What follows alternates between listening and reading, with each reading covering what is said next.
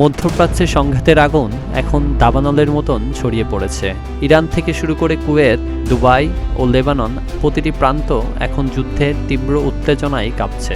বড় ধরনের আঞ্চলিক যুদ্ধের আশঙ্কায় বিশ্ব এখন স্তম্ভিত।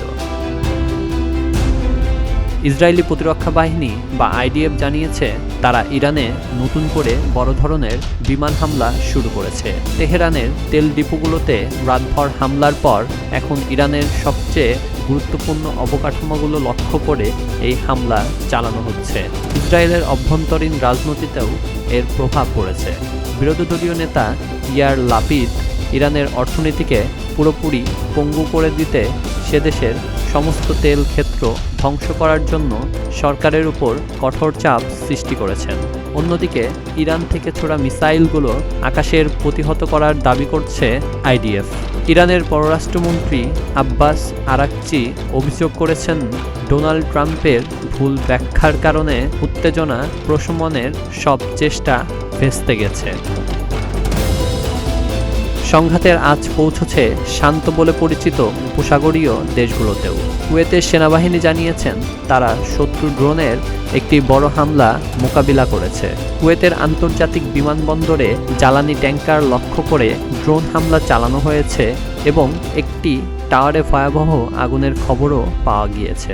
দুবাইতে আকাশপথে প্রতিরক্ষা ব্যবস্থার মাধ্যমে ধ্বংস করা মিসাইল বা ড্রোনের অবশিষ্ট অংশ পড়ে আল বাসরা এলাকায় এক ব্যক্তির মৃত্যু হয়েছে। ওই অঞ্চলে এখন আতঙ্ক বিরাজ করছে। লেবাননে ইসরায়েলি হামলায় প্রাণহানি ও বাস্তুচ্যুতির ঘটনা বেড়েই চলছে। একটি হোটেলে বিমান হামলায় অন্তত 4 জন নিহত হওয়ার খবর পাওয়া গেছে।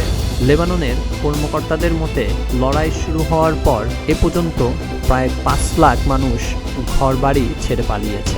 আইডিএফ আরও জানিয়েছে লেবাননে ইরানের রেভলিউশনারি গার্ডের বিশেষ শাখা কুদস ফোর্সের উপর সুনির্দিষ্ট হামলা চালিয়েছে তারা। এ দ্বন্দ্বে সরাসরি জড়িয়ে পড়েছে পশ্চিমা দেশগুলো। ব্রিটিশ বিমান বাহিনীর রণতরী HMS প্রিন্স অফ ওয়েলসকে উচ্চ সতর্কতায় রাখা হয়েছে। তবে যুক্তরাষ্ট্রের প্রেসিডেন্ট ডোনাল্ড ট্রাম্প ব্রিটিশ প্রধানমন্ত্রী কিয়ার স্টারমারের কড়া সমালোচনা করে বলেছেন, যুদ্ধ জয়ের পর যারা যোগ দিতে চায় তাদের কোনো প্রয়োজন নেই।